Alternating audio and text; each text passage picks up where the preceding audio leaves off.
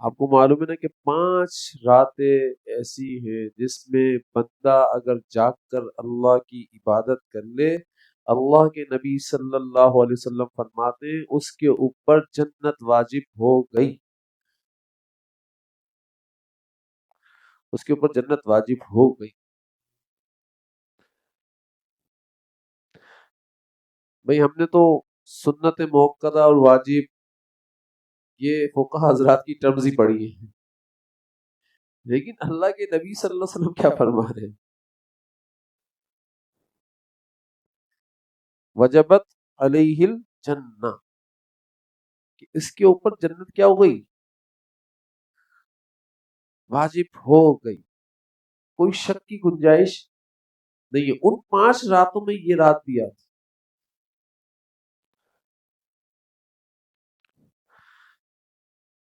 اور پھر پورے عشرے کے لیے اللہ کے نبی صلی اللہ علیہ وسلم کیا فضیلتیں بتا رہے ہیں کہ جس نے عشرہ ذی الحجہ کے اندر عبادت کی تو ایک دن کا روزہ پورے سال کا روزہ ہے، ایک دن کا روزہ۔ اب وہ پہلی ذی الحجہ کو رکھ لو، دوسری ذی الحجہ کو رکھ لو، تیسری ذی الحجہ کو رکھ لو، چوتھی ذی الحجہ کو رکھ لو، پانچویں ذی الحجہ کو رکھ لو، ایک دن کا روزہ کیا ہے؟ پورے سال کا روزہ ہے،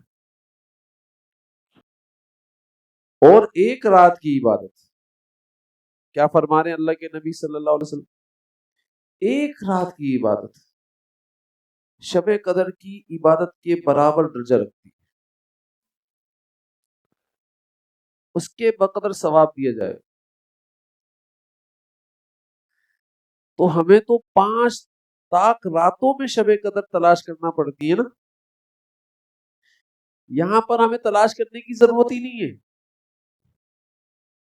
بھائی اگر تم شب قدر جیسا ثواب چاہتے ہو تو اس رات کو جاگ کر اللہ کی عبادت کر لو، شب قدر کے بقدر تمہارے کو ثواب دیا جائے گا۔ اس رات کو جاگ کر یہ ساری فضیلتیں حاصل کرو۔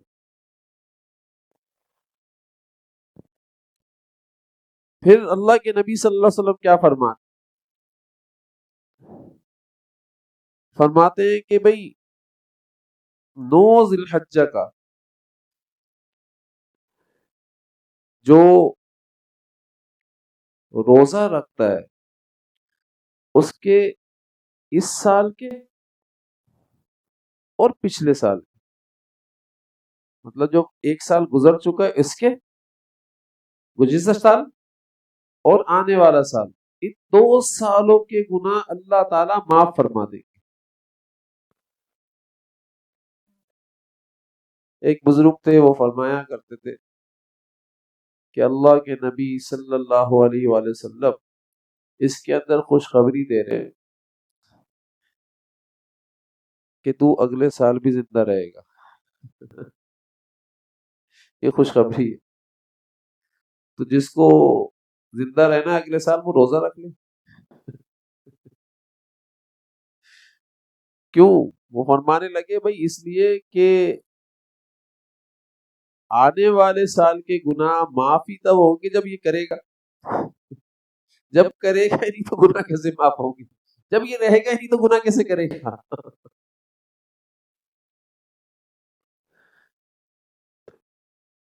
ٹھیک ہے نا، سمجھ میں آ رہی ہے بات؟ تو اگر کوئی چاہتا ہے کہ بھائی وہ اگلے سال بھی زندہ رہے عافیت کے ساتھ، تو وہ اس 9 ذی الحجہ کا روزہ رکھ لے۔ ایک مسئلہ ہوتا ہے، لوگ بولتے ہیں بھائی عرفہ کے دن کا جو روزہ ہے وہ سعودی عرب کے حساب سے رکھنا چاہیے۔ نہیں بھائی، عرفہ کے دن کا جو روزہ ہے نا وہ 9 ذی الحجہ کے حساب سے رکھتے ہیں۔ یاد رکھیے کہ جہاں پر بھی 9 ذی الحجہ ہوگی اس کے حساب سے روزہ ہو رہا ہوگا، ورنہ لوگ کہہ دیں گے کہ بھائی رمضان کے روزوں کا جو کھولنے کا معاملہ ہے نا سعودی عرب کے حساب سے، پھر ہم کب کھول رہے ہوں گے؟ 9 ساڑھے 9 بجے رات کو روزہ کھولنے ہوں گے، تو کتنا لمبا روزہ ہو جائے گا. تو بالکل بیوقوف والی بات. یوم عرفہ کہتے ہیں 9 ذی الحجہ کو، یاد رکھیے گا بس. اس لیے جس ملک میں 9 ذی الحجہ جب ہوگی وہ عرفہ کا روزہ کہلائے گا. جب ہو، جس وقت ہو، وہ عرفہ کے دن کا روزہ کہلائے گا. اس لیے سارے ساتھی کوشش کریں 9 ذی الحجہ کا روزہ رکھیں. 8 ذی الحجہ کا بھی روزہ رکھ لیں، 9 ذی الحجہ کا بھی روزہ رکھ لیں. 8 ذی الحجہ کا روزہ اس لیے کہ نا اس کے حساب سے، سعودی عرب کے حساب سے وہاں پر بھی عرفہ کا دن، یہاں پر بھی 8 ذی الحجہ، ٹھیک ہے نا. اور یہاں پر جب 9 ذی الحجہ کو روزہ رکھ رہے ہو تو آپ یہاں پر بھی عرفہ کا دن پا جاؤ. تو یہ سارے ساتھی رکھیں، اس کا اہتمام کریں. دوسری بات یہ کہ حضرت فرمایا کرتے تھے کہ 2 چیزیں ہیں جو کسی وقت نہیں ادا ہو سکتی، ان کا وقت مقرر ہے، وہ اسی وقت ادا ہو. باقی اور ساری عبادتیں تو کسی اور وقت بھی ادا ہو سکتی ہیں. بھائی میری نماز قضا ہوئی تو میں اگلے ٹائم اس نماز کی قضا کر سکتا ہوں یا اسی وقت کر سکتا ہوں، ٹھیک ہے نا. ٹائم نکل گیا نماز کا تو میں قضا کر سکتا ہوں. روزوں کا ٹائم نکل گیا تو میں رمضان کے مہینہ ختم ہوتے ہی قضا کر سکتا ہوں، ٹھیک ہے. زکوٰۃ کا ٹائم اگر میرا سال گزر گیا اور میں نے زکوٰۃ نہیں دی تو میں کسی وقت بھی ادا کر سکتا ہوں. لیکن 2 عبادتیں ایسی ہیں کہ اگر ان کا ٹائم نکل گیا پھر کوئی قضا نہیں ہے، پھر وہ ادا نہیں ہو سکتی ہے. پھر وہ بات کی بات ہے، اگلے سال اب اگلے سال پر جائیں گی، لیکن وہ اگلے سال کی ادا ہو رہی ہوگی، اس سال تو گئی نا. پہلی عبادت کیا ہے؟ حج. اگر آپ کی یہ حج کی عبادت کا ٹائم گزر گیا اور آپ وہاں پر عرفہ کے میدان میں 12 ذی الحجہ کو پہنچے تو اب آپ حاجی نہیں کہلاؤ گے، اب آپ کا حج نہیں ہو رہا.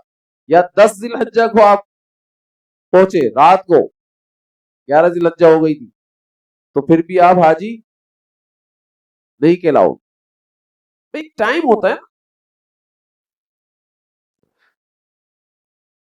اس ٹائم تک اگر آپ عرفہ کے میدان میں ہو تو حاجی ہو، اگر اس ٹائم سے آگے نکل کے تو آپ حاجی نہیں ہو. اور آپ اس کے بعد کسی اور دن میں حج کر لو، ایسا نہیں ہو سکتا. اب آپ کو اس کے لیے 1 سال کا ویٹ کرنا پڑے گا، پورا 1 سال. ایسے ہی آپ قربانی کا معاملہ لیں،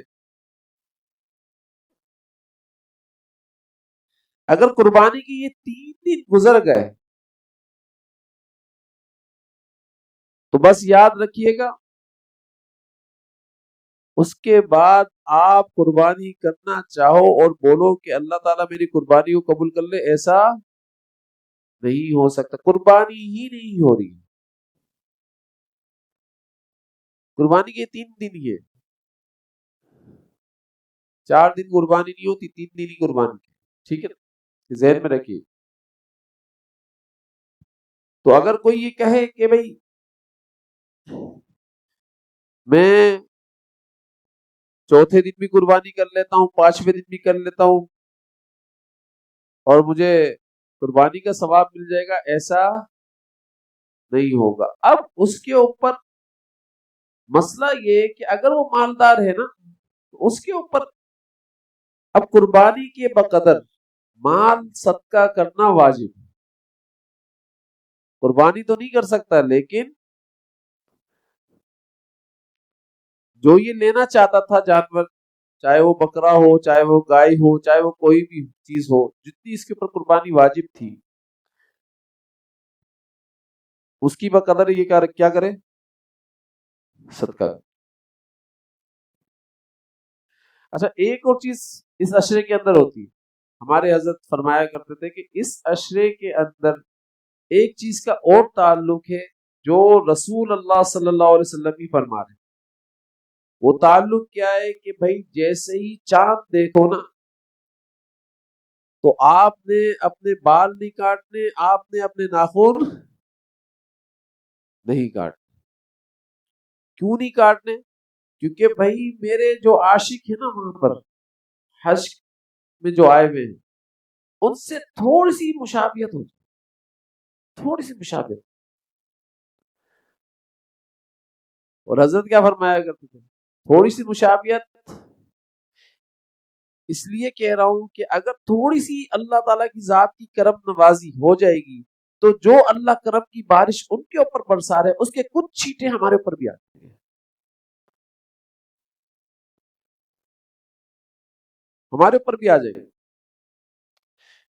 اس لیے آپ بال نہیں کاٹو، ناخن نہیں کاٹو، ضروری نہیں ہے، مستحب کے درجے میں یہ ہے، یہ حکم جو ہے نا یہ مستحب کے درجے کے اندر ہی ہے، یہ ذہن میں رکھیے گا۔ کس کے درجے میں؟ مستحب کے درجے میں۔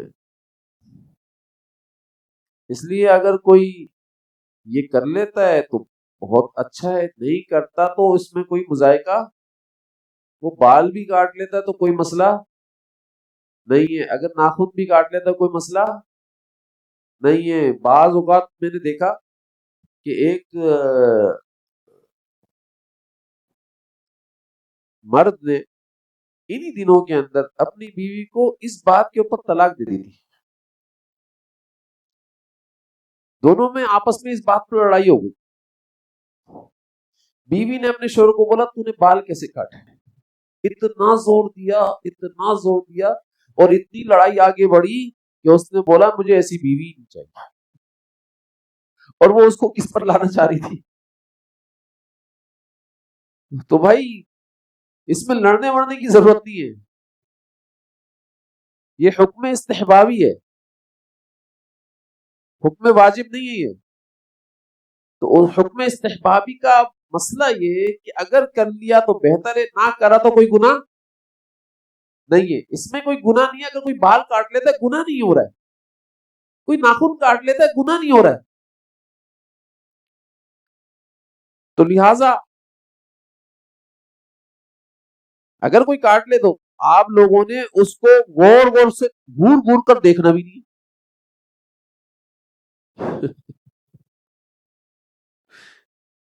بہت سارے لوگ نا گور گور کر دیکھنا، تو نے بال کاٹ لی، استغفر اللہ۔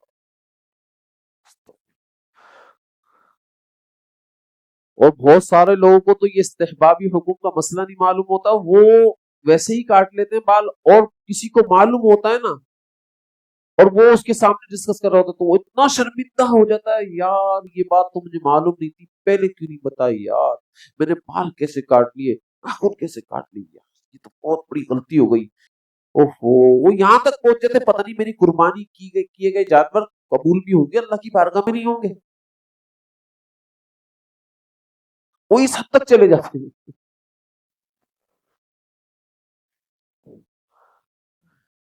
بھائی سوچ تو صحیح، اس کو پتہ ہی نہیں تھا مسئلے کا، یار غلطی سے اس نے ایسا کر دیا ہے۔ اور ویسے بھی یہ حکم استحبابی ہے، اگر جان کر بھی کر دے گا تو تب بھی قربانی کے اوپر کوئی اثر نہیں ہو رہا۔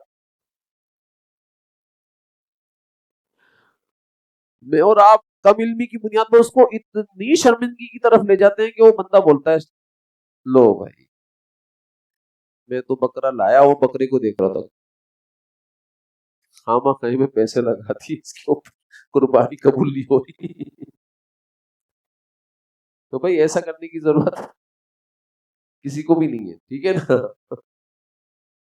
قربانی کے مفہوم کو سمجھے، قربانی کے مفہوم کو ہم لوگ سمجھتے نہیں۔ قربانی جو ہے نا، حضرت فرمایا کرتے تھے، مفہوم بتایا کرتے تھے تو عجیب بات بتایا کرتے، حضرت فرمایا کرتے تھے کسی اعلیٰ چیز کو حاصل کرنے کے لیے کسی چھوٹی چیز کو قربان کرنا قربانی کہلاتی ہے۔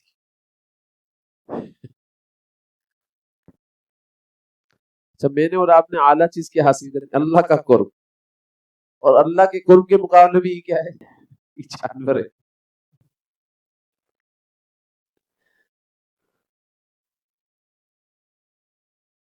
اسی لیے آپ کو پتہ ہے کہ یہ جو یہودی لوگ ہیں یہ بھی قربانی کیا کرتے، قربانی حضرت آدم علیہ السلام سے چلی آ رہی ہے اور آج تک چلی آ رہی ہے۔ حضرت آدم علیہ السلام سے حضرت عیسیٰ علیہ السلام تک جتنی بھی قربانیاں ہوئی ہیں اس میں گوشت کھانا، گوشت کو ٹچ کرنا، اس کی اجازت کسی کو بھی نہیں تھی۔ قربان کرو، قربان کرنے کے بعد گوشت کو لکڑیوں کے اوپر رکھ دو، آگ آئے گی آسمان سے، جس کی قبول ہوگی اس کو لے کھا جائے گی، جس کی قبول نہیں ہوگی اس کو رد کر دے گی، اس کو نہیں کھائے گی۔ وہ قربانی ہی منوس سمجھی جاتی جس کو آگ نہیں کھائے۔ تو قربانی کے مقبول ہونے کی علامت کیا تھی کہ آسمان سے آگ آتی تھی، اس کو کھا جاتی تھی، بس بھائی ہماری قربانی اللہ تعالیٰ کی ذات نے قبول فرما لی ہے۔ اللہ تعالیٰ کی ذات کا کتنا اچھا میرے اور آپ کے ساتھ مسئلہ ہے کہ میرے اور آپ کے عیوب کو چھپا دیا اللہ تعالیٰ کی ذات نے۔ اب سب یہ یقین کر کے بیٹھتے میری بھی قربانی قبول، میری بھی قربانی قبول، میری بھی قربانی قبول، ہم سب کی قربانی قبول، اور سب کو کیا مانگ رہے تھے کہ اللہ ہم سب سے قربانیاں قبول فرما لے۔ کتنا پردہ ڈالا ہے اللہ تعالیٰ کی ذات نے۔ لیکن وہ آدم علیہ السلام سے عیسیٰ علیہ السلام تک کسی کو گوشت کھانے کی اجازت نہیں۔ کتنا بڑا احسان کیا ہے مجھ پر اور آپ پر۔ استعمال کرو قربانی کے گوشت کو، خود بھی کھاؤ، رشتہ داروں کو بھی کھلاؤ، غریبوں کے اندر بھی تقسیم کرو۔ اگر کنبا بڑا ہے نا سارا ہی خود رکھ لو، کوئی مسئلہ نہیں، کوئی مسئلہ نہیں ہے۔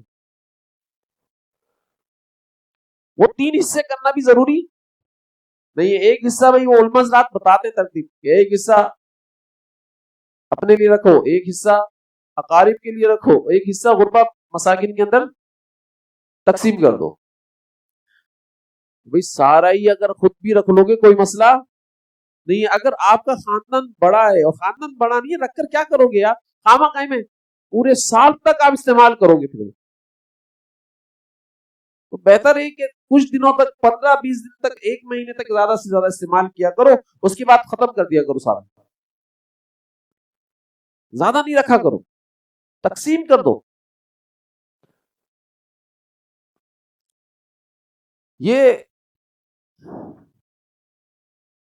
قربانی جو ہے نا یہ یہودی لوگ بھی کیا کرتے تھے، لیکن وہ ایک مخصوص جگہ کے اوپر کیا کرتے، بیت المقدس کے اندر کیا کرتے، اور وہی سمجھتے تھے کہ بھائی قربانی یہاں کریں گے اندر تو ہی قربانی ہوگی، ورنہ قربانی نہیں ہوگی۔ حالانکہ اللہ تعالیٰ کی ذات نہیں کہتا، ہی خود ہی سے دے کیا ہوا تھا، اور عیسائیوں نے تو اس سے بھی بڑا معاملہ کر دیا کہ بھائی ہمارے اوپر سے قربانی کا بوجھ اب اتر چکا ہے، کیونکہ ہمارے سب کی طرف سے عیسیٰ علیہ السلام سولی پر چڑھ کر قربان ہو چکے ہیں، اس لیے ان کی قربانی اب سب کی طرف سے ہو گئی قیامت تک کے لیے۔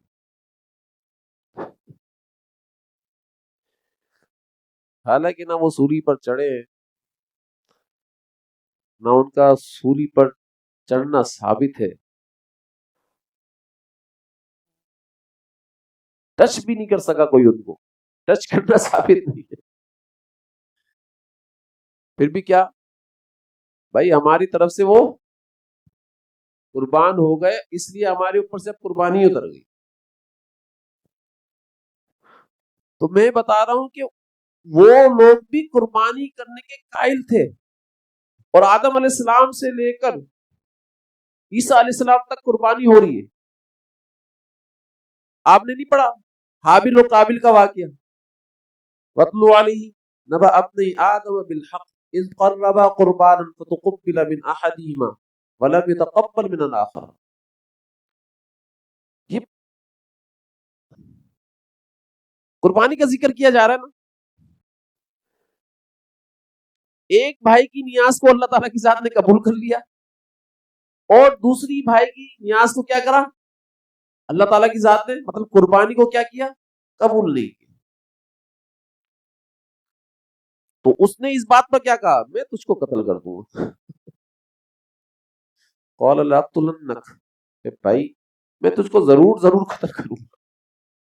تو حابیل نے کیا کہا کہ بھائی قال انما يتقبل الله من المتقین، قربانی تو قبول متقیوں کی ہوتی ہے، تو نے کوئی گناہ کیا ہوگا اس وجہ سے تیری قبول نہیں ہوئی ہے.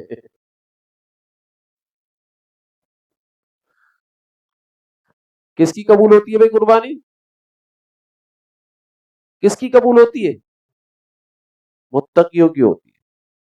اسی لیے آپ کو معلوم ہے کہ اگر قربانی کے گوشت کے اندر صحیح العقیدہ مطلب گوشت کے حصے کے اندر صحیح العقیدہ، ایک جانور لیا آپ نے گائے، اس میں 7 حصے ہیں نا اور 7 لوگ اس میں شامل ہیں. اگر کوئی ایک بندہ بھی صحیح العقیدہ نہیں ہے 7 کی قربانی ختم ضائع. کوئی ایک بندہ بھی مشرک ہے نا قربانی 7 کی ختم.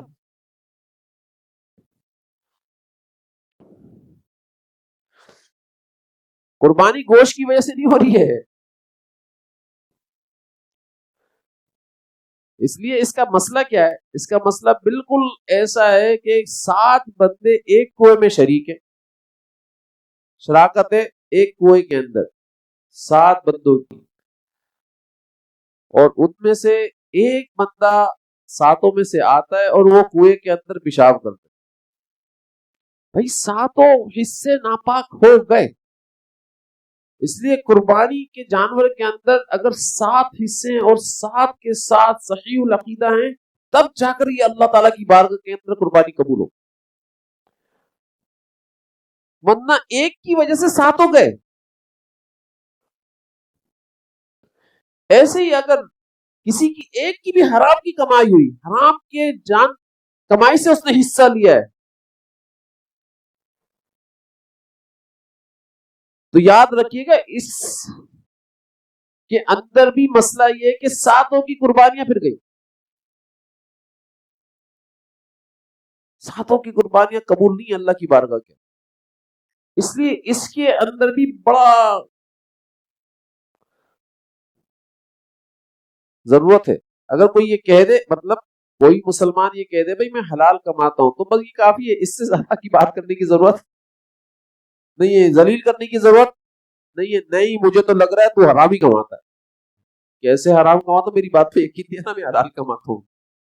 نہیں تو مجھے بتا، پوری طریقے سے بتا.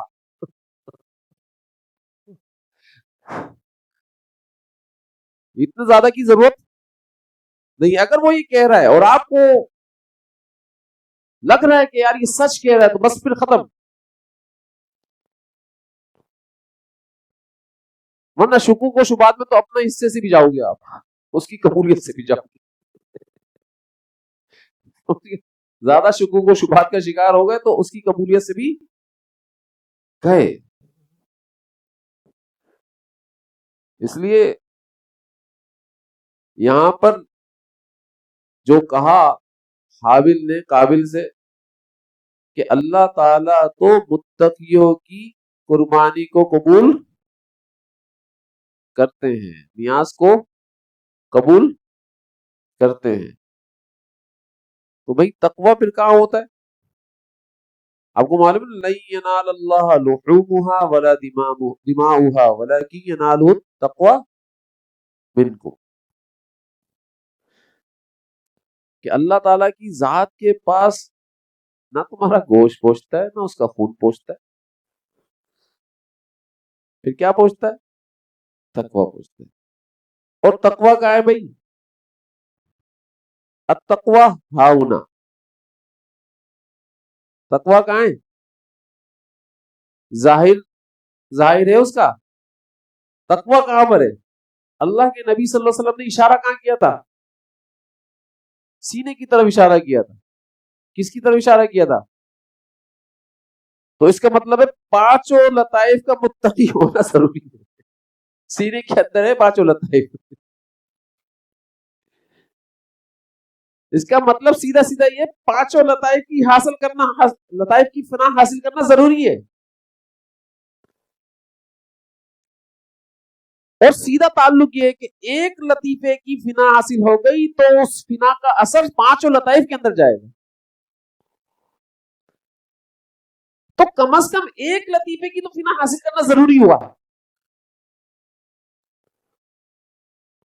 تو اپنے اسباق سے پتہ لگاؤ کہ ایک لطیفے کی بھی فنا حاصل ہے.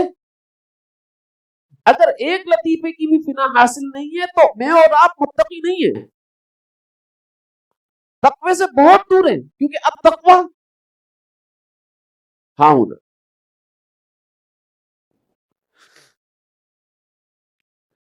اور حضرت یہی فرمایا کرتے تھے کہ بھائی اللہ تعالی کی ذات اس عبادت کو لا کر دیکھنا ہی یہ چاہتے ہیں، دیکھنا ہی یہ چاہتے ہیں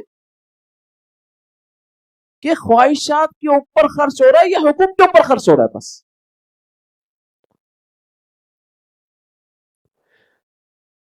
بھائی میں اور آپ خواہشات کے اوپر بہت خرچہ کرتے ہیں، بہت خرچہ کرتے ہیں،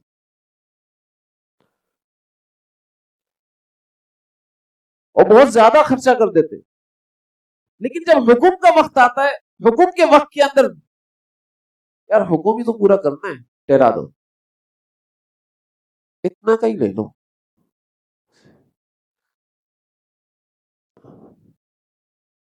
لیکن خواہشات کو جب آپ دیکھو گے تو بھائی آپ یہ کام اپنی خواہشات کے معاملے میں نہیں کر رہے ہوتے. یار اچھے سے اچھا ہونا چاہیے بھائی، اچھے سے اچھا. میری بیٹی کی شادی ہو رہی ہے، فرنیچر زبردست ہونا چاہیے. میری بیٹی کی شادی کا فنکشن بڑا زبردست ہونا چاہیے.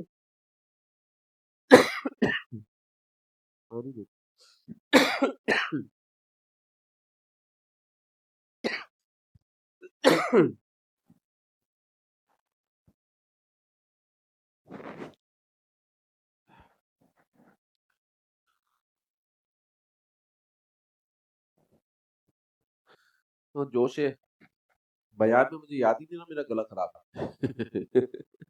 وہ تو کھانسی نے یاد دلایا ہے کیا کر رہے.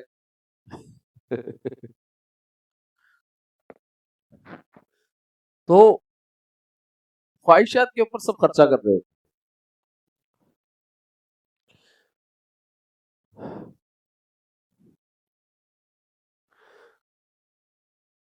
حکم کے اوپر خرچہ نہیں کر رہے. حالانکہ کس پر خرچہ کرنا ہے آپ صحیح سے ہی بتاؤ. جب حال کا امر پہچانو گے تو حکم کے اوپر بھی خرچہ کرو گے، پتہ چلے گا اس وقت حکم کیا چل رہا ہے.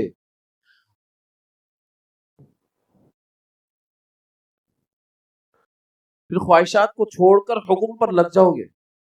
میں آپ کو صحیح بتا،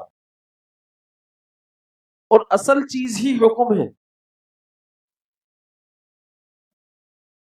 حضرت فرمایا کرتے تھے کہ عید الاضحیٰ کو لوگ تہوار سمجھ رہے، حالانکہ یہ تہوار کا دن نہیں ہے. نہ عید الفطر تہوار ہے، نہ عید الاضحیٰ تہوار ہے. یہ کامل عبادت کے دن ہے، عبادت کے دن ہے، کامل عبادت کے دن ہے.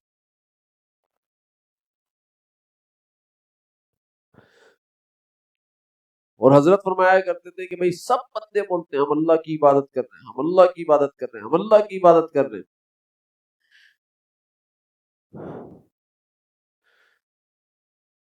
پھر فرمایا کرتے تھے کہ عبادت کا مفہوم بھی جانتے ہو، سمجھتے ہو عبادت کس کو کہتے ہیں؟ اللہ کی عبادت کر رہے ہیں. یہ اتنا خطرناک دعویٰ ہے کہ اگر تم نے اس کو ثابت نہیں کیا تو تم اللہ کی بارگاہ کے اندر ناکام ہو.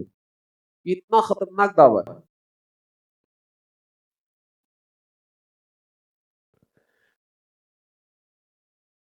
ہم اللہ کی عبادت کر رہے ہیں، اس کا مطلب یہ ہے کہ زندگی کا کوئی شعبہ نبی کریم صلی اللہ علیہ وسلم کی اطاعت سے خالی نہیں ہے. اگر خالی ہے تو اس شعبے میں جس کا طریقہ اختیار کیا ہوا ہے اس کی عبادت کر رہے ہو، اللہ کی عبادت کر رہے ہو. جس کا طریقہ اختیار کیا، کمائی کے شعبے میں اگر غیروں کا طریقہ اختیار کیا تو عبادت غیروں کی ہو رہی ہے، اللہ کی نہیں ہو رہی ہے. اور اسی طریقے سے حکم کے معاملے میں اگر غیروں کا طریقہ اختیار کیا ہوا ہے تو بھائی عبادت اللہ کی نہیں ہو رہی ہے، غیروں کی ہو رہی ہے.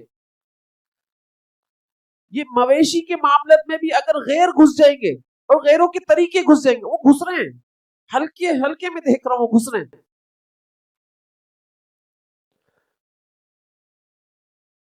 تو یاد رکھیے گا پھر اس میں عبادت اللہ کی چلی جائے گی. اسی چیز کو تو ختم کرنے کی کوشش کر رہا ہے شیطان، اور وہ طریقوں کو بدل رہا ہے، غیروں کے طریقوں کو لا رہا ہے. اتنا زیادہ ڈھول تاشا باجے گانے قوالیاں بھنگڑے، پتہ نہیں کیا کیا چیز اس کے اندر داخل کر دیا ہے بھائی.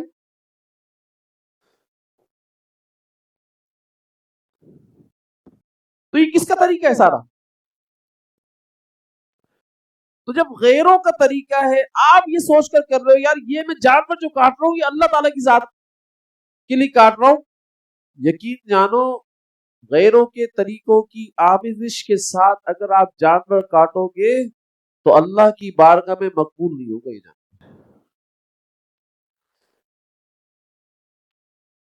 ساری چیزوں کے اندر غیروں کی عبادت کر کے آخر میں آ کر کے تو بسم اللہ اللہ اکبر، چلو. اور اس کے بعد بھی غیروں کا طریقہ، کھانے کے اندر بھی غیروں کا طریقہ، دعوتوں کے اندر بھی غیروں کا طریقہ، کس طریقے سے یہ جانوروں کے گوشت کو کھایا جاتا ہے، کس طریقے سے دعوتیں کی جاتی، سارا ہی غیروں کا طریقہ ہے. کوئی شرعی طریقہ تو بتاؤ دعوت ہونے کا. اس کے بعد سارا غیروں کا طریقہ چل رہا ہوتا ہے. تو عبادت سارا کس کی ہو رہی ہے؟ غیروں کی ہو رہی ہے. تو بھائی جس معاملے میں بھی آپ غیروں کے طریقے کے اوپر چل رہے ہو، آپ کا یہ دعویٰ ہی جھوٹا ہے کہ ہم اللہ کی عبادت کرتے ہیں. اس کو ثابت کرنا پڑے گا آپ کو اللہ کی بارگاہ کے اندر. تم یہ جو کہتے تھے میری عبادت کرتے ہو، یہاں ثابت کرو کہ تم میری عبادت کرتے تھے، یہ ثابت کرو. اور اگر غیروں کے طریقے کے اوپر ہم چل رہے ہیں نبی صلی اللہ علیہ وسلم کے طریقے کو چھوڑ کر، یاد رکھیے گا عبادت اطاعت کو کہتے ہیں، بس یاد رکھیے گا اس بات کو یاد رکھیے. اگر اطاعت ہی نہیں ہے تو پھر عبادت کیسی ہو رہی ہے؟ کوئی عبادت نہیں ہو رہی. پھر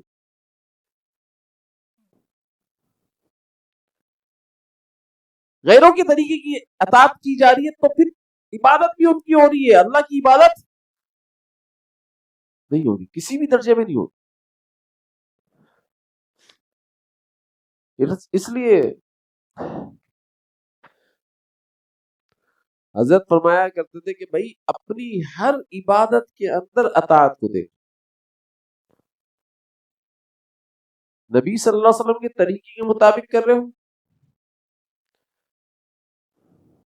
نبی صلی اللہ علیہ وسلم نے قربانی کرنے کا کیسے طریقہ اپنایا اس کو جانو نا،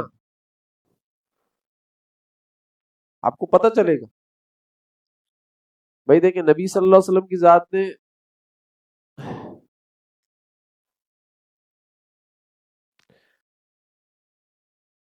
مینڈے بھی کیے ہیں، بکرے بھی کیے ہیں، اونٹ بھی کیا ہے. اللہ کے نبی صلی اللہ علیہ وسلم کی ذات یہ سارے جانور جو ہے نا قربان کیا. اور سب سے مین چیز کیا کہ اللہ کے نبی صلی اللہ علیہ وسلم 2 مینڈے ذبح کیا کرتے تھے یا 2 بکرے ذبح کیا کرتے تھے. اس میں ایک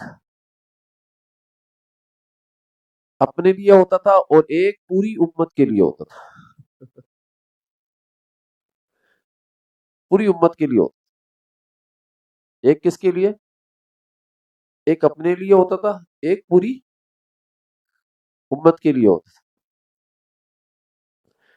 تو میں اور آپ بھی یہ سوچ لینا کہ بھئی ہم نے بھی ایسے ہی کرنا ہے. جس نبی نے ہمیں یاد رکھا ہے، آج اس قربانی کے وقت میں ہم ان کو کیسے بھول جائیں؟ ان کی طرف سے بھی کریں. آج ہم ان کو کیسے بھول جائیں؟ اچھا، حضرت علی رضی اللہ تعالیٰ عنہ کیا فرماتے ہیں؟ دیکھو یہ بڑی عجیب بات ہے. حضرت علی رضی اللہ تعالیٰ عنہ فرماتے ہیں کہ رسول صلی اللہ علیہ وسلم نے مجھے وصیت کی، بھائی میں اس دنیا سے رخصت ہو جاؤں، میرے طرف سے قربانی کرتے رہنا. اب حضرت علی رضی اللہ تعالیٰ عنہ ایک اپنی طرف سے کر رہے ہیں، ایک رسول صلی اللہ علیہ وسلم کی ذات کی طرف سے کر رہے ہیں، وہ بھی دو کرتے تھے. اچھا یہاں ایسا لگتا ہے کہ گھر کا سربراہ ایک کر رہا ہے، او بھائی یہ وہ سربراہ جس کے پاس کبھی زکات دینے کے لیے زکات کا نصاب نہیں ہوا، زکات فرض نہیں ہوئی جس کے، اس کے بعد بھی وہ یہ جانور ذبح کر رہا ہے، قربان کر رہا ہے. آپ سوچو تو صحیح، تو اس کے بچوں کے اوپر قربانی کہاں واجب ہوگی؟ بات سمجھ میں آ رہی؟ اس کی زوجہ محترمہ کے اوپر قربانی کہاں واجب ہوگی؟ بات سمجھ میں آ رہی ہے؟ لیکن زوجہ محترمہ نے اللہ کے نبی صلی اللہ علیہ وسلم کی زندگی کے اندر کیا ہے اپنی طرف سے بکرا، اور اللہ کے رسول صلی اللہ علیہ وسلم فرمایا اے فاطمہ قربانی کہ جانور کے پاس کھڑی ہو جاؤ، یہ تمہاری طرف سے جانور ذبح کیا جا رہا ہے، تو اپنے جانور کے پاس کھڑی ہو اور خود اپنے ہاتھوں سے ذبح کرو.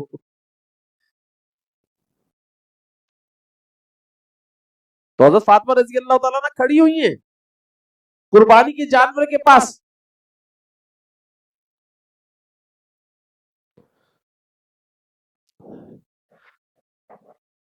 ایک صحابی ہیں، ان کی وہ اپنی بیٹیوں کو بولا کرتے تھے بھائی خود اپنی قربانی ذبح کیا کرو، تو ان کی بیٹیاں خود اپنی قربانی کے جانوروں کے اوپر چھریاں پھیرا کرتی تھی. تو عورت کے اندر اگر طاقت ہے اور جذبہ ہے تو بھائی ڈھیلے ہاتھ سے نہیں، سخت ہاتھ سے وہ قربانی کے جانور کے اوپر چھری خود بھی پھیر سکتی ہے. یہ اللہ کے نبی صلی اللہ علیہ وسلم کی طرف سے ارشاد ہے. اور پھر فرمایا حضور صلی اللہ علیہ وسلم کی ذات نے اے فاطمہ تمہیں معلوم ہے یہ قربانی کے جو جانور ہیں یہ خون کے ساتھ اور گوشت کے ساتھ آئیں گے، اللہ تعالیٰ لائیں گے قیامت والے دن، اور جو ابھی وزن ہے اے فاطمہ 70 گنا وزن ان کا تمہارے میزان کے اوپر بڑھا دیا جائے. تمہارے میزان میں بڑھا دیا جائے. تو آپ سوچو تو صحیح یار کیسا جذبہ ہے. اور پھر دوسری بات اللہ کے نبی صلی اللہ علیہ وسلم کی ذات وصیت کر دے، تو اللہ کے نبی صلی اللہ علیہ وسلم کو ہی پسند تھا نا میرے جانے کے بعد بھی کیا ہو، قربانی کا عمل میرے لیے ہوتا رہے. حضرت علی رضی اللہ تعالیٰ عنہ کو وصیت کر رہے. تو اس کا مطلب سیدھا سیدھا کیا ہے کہ بھائی اگر کوئی اپنے والدین جو مرحومین ہیں چلے گئے ان کی طرف سے کوئی جانور ذبح کر دیتا ہے تو بھئی اس کا ثواب اس تک پہنچ جاتا ہے، ان تک پہنچ جاتا ہے.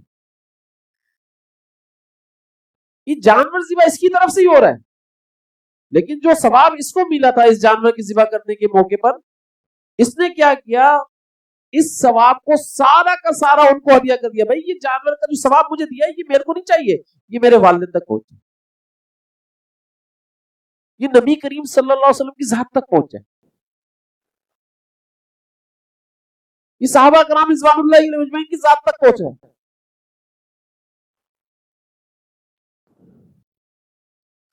تو یہ بھی کیا جا سکتا ہے نا، ایسے بھی کیا جا سکتا ہے.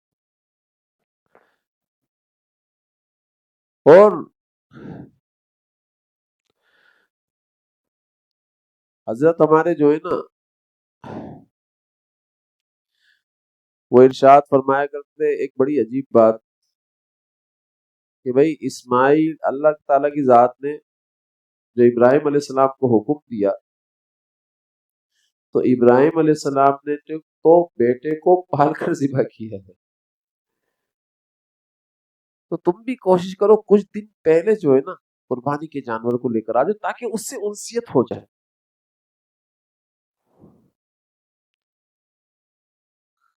تم تھوڑے سے عرصے قربانی کے جانور کو پال کر ذبح کرو، انسیت کے ساتھ ذبح کرو، تاکہ تمہارے دل کے اوپر تھوڑی سی چوٹ لگ رہی ہو، دکھ ہو رہا ہو، تکلیف ہو رہی ہو، لیکن اس تکلیف اور اس دکھ کی کوئی حیثیت نہیں اللہ کے حکم کے آگے، یہ بتا رہے ہو بس کہ اللہ تیرے حکم کے آگے اس دکھ کی، اس تکلیف کی کوئی حیثیت نہیں۔ اور ایک اور مسئلہ کہ قربانی کا جو جانور ہم لے کر آتے ہیں، قربانی جو شخص کر رہا ہوتا ہے، تو یہ قربانی کس پر واجب ہوتی ہے؟ کیا غریب آدمی بھی قربانی کر سکتا ہے؟ تو میں نے آپ کو بتا دیا حدیث کی روح سے کہ ہاں بھی صحابہ کرام کیا کرتے تھے، تو میں اور آپ بھی کرنا شروع کر دیں، کیا ہے اس میں؟ ٹھیک ہے نا؟ لیکن کچھ صحابہ کرام کے آثار سے بھی ملتا ہے کہ وہ نہیں کرتے تھے، جیسے حضرت عمر بن خطاب رضی اللہ تعالیٰ عنہ، حضرت ابوبکر صدیق رضی اللہ تعالیٰ عنہ۔ آپ سوچ رہے ہو امیر المومنین ہونے کے باوجود بھی ان کے اوپر قربانی کا نصاب فرض نہیں ہوا کبھی بھی،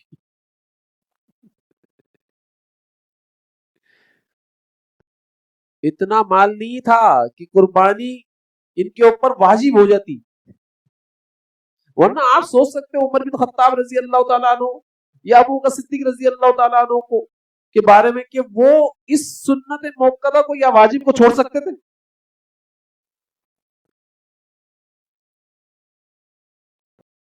نہیں چھوڑی جا سکتی بھائی۔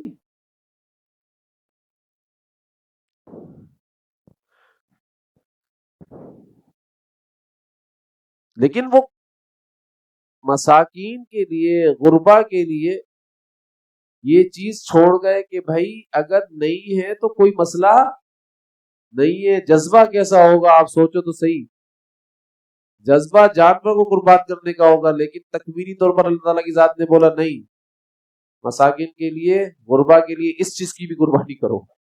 اصل قربانی وہ کر کر چلے گی میری نظر کے اندر وہ تکوینی عمل کو فالو کر کر چلے گئے۔ تکوینی عمل کے اندر چوچرا نہیں ہوتی، پھر جو جیسا ہے نا ویسا ہی ہو رہا ہوتا ہے، بس وہ ویسا ہی ہو کر رہتا ہے، سمجھ میں آئے یا نہ آئے۔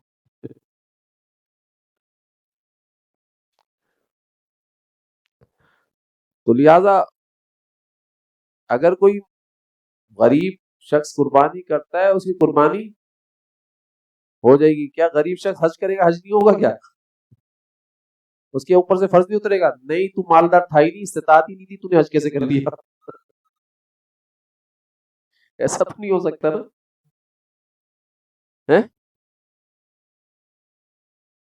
بھائی غریب شخص کے اوپر سے اس کا حج کا فرض بھی اتر سکتا ہے اگر وہ کر رہا ہے، استطاعت کے بغیر اگر وہ حج کر لیتا ہے تو اس کا فرض اتر جائے گا، ایسے ہی اس کا یہ اعلیٰ واجب بھی اتر جائے گا۔ واجب تو تھا ہی نہیں اس کے اوپر، لیکن پھر بھی کر لیا تو پھر بھی اس کو ثواب ضرور مل جائے گا۔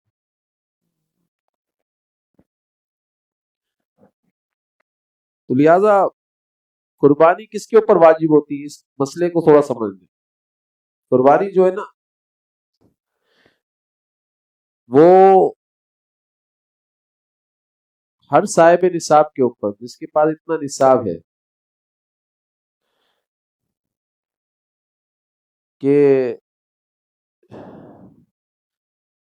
تجارت کا مال اس کے پاس موجود ہے 52.5 تولہ چاندی کے برابر، یا چاندی موجود ہے، یا سونا موجود ہے، یا کیش موجود ہے، اتنا سامان بھی اس کے پاس موجود ہے ضرورت سے زیادہ۔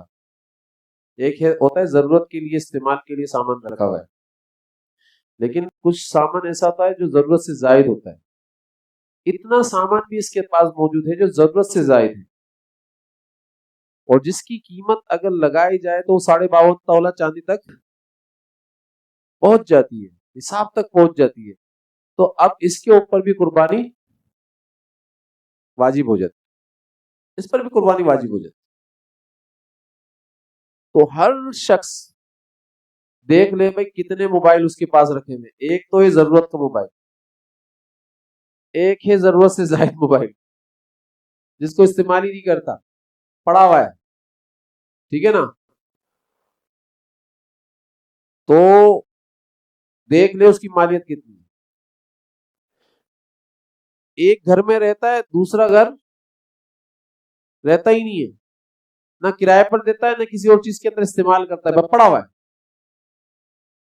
بھائی دیکھ لے اس کی مالیت اتنی ہے کہ 52.5 تولہ چاندی تک پہنچ جاتی. یا ایک پلاٹ ہے لے کر رکھا ہوا ہے، استعمال میں تو نہیں ہے نا. لوگوں کی پلاٹ 4 سال 5 سالوں سے پڑے ہوئے اور ان کے پاس پیسے نہیں ہوتے. وہ بولتے ہیں ہمارے پاس پیسے تو نہیں ہے لیکن پلاٹ پڑا ہوا ہے، پلاٹ کے اوپر قربانی ہوگی نہیں. ارے وہ ضرورت سے زائد مال ہے نا. اگر اس کی ویلیو اتنی ہو جاتی ہے جو نصاب تک پہنچ جائے تو بس پھر قربانی واجب ہو گئی. اب قربانی آپ چھوڑ نہیں سکتے. کیوں؟ کیونکہ اس کے اوپر اللہ کے نبی صلی اللہ علیہ وسلم کی سخت وعید ہے. میں آپ کو حقیقت بیان کروں، اللہ کے نبی صلی اللہ علیہ وسلم کی زیادہ سخت وعید ہے بہت. اور اس کے اوپر دلیل بھی ہے. پھر اللہ کے نبی صلی اللہ علیہ وسلم نے فرمایا کہ جس کے اوپر قربانی واجب ہو گئی اور وہ قربانی نہ کرے تو پھر وہ ہماری عیدگاہ میں بھی نہیں آئے نماز پڑھنے. ہمارا اس سے کوئی تعلق نہیں. اس کا مطلب سیدھا سیدھا یہ ہے.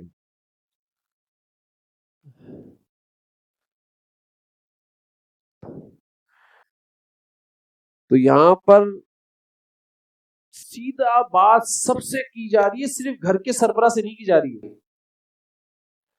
لوگ کہتے ہیں نا کہ گھر کے سربراہ نے اگر قربانی کر لی تو سارے گھر کے اوپر سے اتر گئی. ایسا بالکل نہیں ہے. اس حدیث کی بنیاد کے اوپر ہی کس سے بات کی جا رہی ہے؟ سارے بالغ مسلمانوں سے بات کی جا رہی ہے. جن کے اوپر قربانی واجب ہو گئی ان سے بات کی جا رہی ہے، سب سے. صرف گھر کے سربراہ سے بات نہیں کی جا رہی. اللہ کے نبی صلی اللہ علیہ وسلم پھر بات کا انداز، ان کے کلام کا انداز کچھ اور ہوتا اگر سربراہ سے بات کی جا رہی ہوتی تو. لیکن سارے مسلمانوں سے جن کے اوپر واجب ہو گئی ان سے بات کی جا رہی ہے. تو سیدھا سیدھا یہ مفہوم نکل رہا ہے کہ بھائی جن کے پاس نصاب کے بقدر مال موجود ہے اس کے اوپر قربانی واجب ہے. اپنے قربانی وہ خود کرے گا.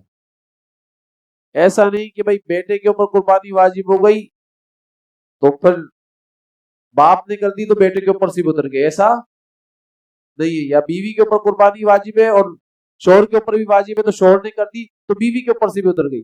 اور اولاد کے اوپر بھی واجب ہے تو اولاد کے اوپر سے بھی اتر گئی. ایسا بالکل نہیں. ایسا بالکل نہیں. بلکہ ہر بندہ اپنی قربانی جس کے اوپر واجب ہے وہ خود کرے گا، وہ خود کرے گا. اس لیے اگر گھر کے اندر 10 افراد ہیں ایک گھر کے اندر اور 10 کے 10 افراد غنی ہیں، مالدار ہیں، تو بھائی 10 کے 10 افراد کے اوپر قربانی واجب ہے. اگر یہ 10 کے 10 افراد قربانی نہیں کر رہے تو پھر اس حدیث کی وعید کے اندر آئیں گے، زمرے میں آئیں گے جو اللہ کے نبی صلی اللہ علیہ وسلم فرما رہے ہیں کہ بھائی ہماری عیدگاہ کے اندر نہ آئے. پھر یہ شخص جس کے اوپر قربانی واجب تھی اور وہ نہیں کر رہا تو ہماری عیدگاہ کے اندر نہیں ہے.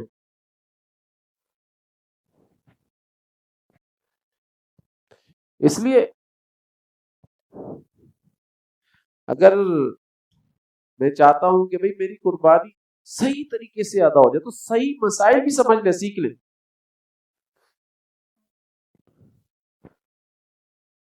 سمجھ کر چلیں، سیکھ کر چلیں. لہذا ہر بندہ اپنے قربانی خود کرے اگر واجب ہو گئی ہے. یاد رکھیے گا اس بات کو، ٹھیک ہے نا. دوسری بات یہ کہ قربانی کن کن جانوروں کی کرنی چاہیے.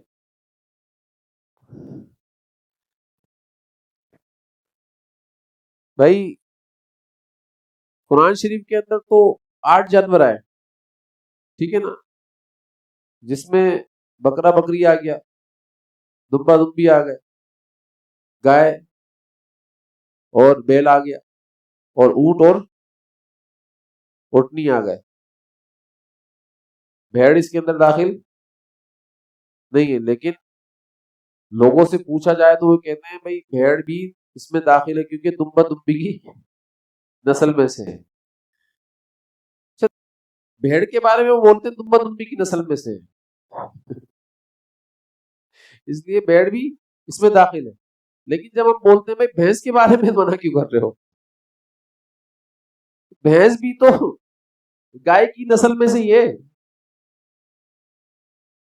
اس کی قربانی بھی صحیح ہے. تو منع کر دیتے نہیں بھائی بھینس گائے کی نسل میں سے بھی نہیں ہے. وہ سائنٹیفک طریقے سے شرع کے مسئلے کو، شرع کے مسئلے کا استنباط کر رہے ہیں سائنٹیفک طریقے سے.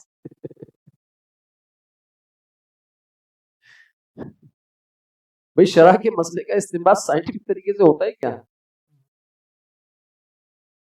یہ بتاؤ. حضرت علی رضی اللہ تعالیٰ عنہ فرماتے ہیں جب کسی صحابی سے کوئی بات آ رہی ہو تو اس کو حدیث مرفوع کہتے ہیں. یہ ذہن میں رکھیے گا، ٹھیک ہے نا. اور جب کسی تابعی سے بات آ رہی ہو تو اس کو حدیث مقطوع کہتے ہیں، ٹھیک ہے، یاد رکھیے گا. تو حضرت علی رضی اللہ تعالیٰ معمولی صحابی نہیں ہے، حضرت علی رضی اللہ تعالیٰ کی بات کر رہا ہوں. وہ فرماتے ہیں کہ گائے کی طرح بھینس کے اندر بھی، بھینسا انہوں نے بھینسا کہا، بھینسے کے اندر بھی 7 حصے ہی ہوں گے. تو اس کا مطلب کیا ہے؟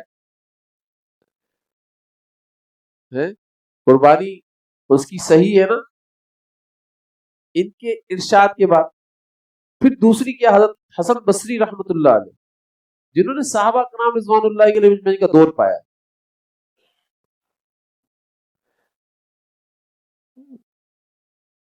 تو بھائی وہ کیا فرماتے ہیں کہ یہ جو بھینس ہے نا یہ گائے کی طرح، الجاموس کل بقرہ، یہ بھینس جو ہے نا یہ گائے کی طرح ہے. تو لہٰذا یہ 2-3 جو ہے نا روایتیں ہمیں مل جاتی ہیں، حدیثیں مل جاتی ہیں، اس کی بحث کے اوپر اجماع بھی پھر آ جاتا ہے. اور کسی چیز کے اوپر اجماع ہو جائے تو بس یہ کافی ہوتا ہے. بھینس کے اوپر، بھینسے کے اوپر اجماع ہے امت کا کہ بھائی اس کی قربانی ہو سکتی ہے اور یہ قربانی کے جانوروں میں سے ہے. بھائی قربانی کے جانوروں میں سے ضروری ہے نا کہ بہیمۃ الانعام گھریلو ہونا چاہیے، جنگلی نہیں ہونا چاہیے. تو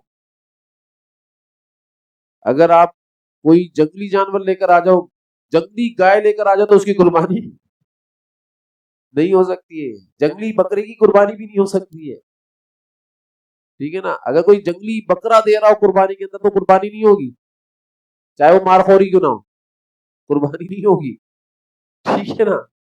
لیکن مارخور کتنا قیمتی ہوتا ہے، اس قیمتی بکرے کو آپ لے کر آؤ، بولو ذبح کرتا ہوں بھائی اللہ تیرے نام کے اوپر، تو بھی قربانی نہیں ہو رہی ہوگی اس جانور کی،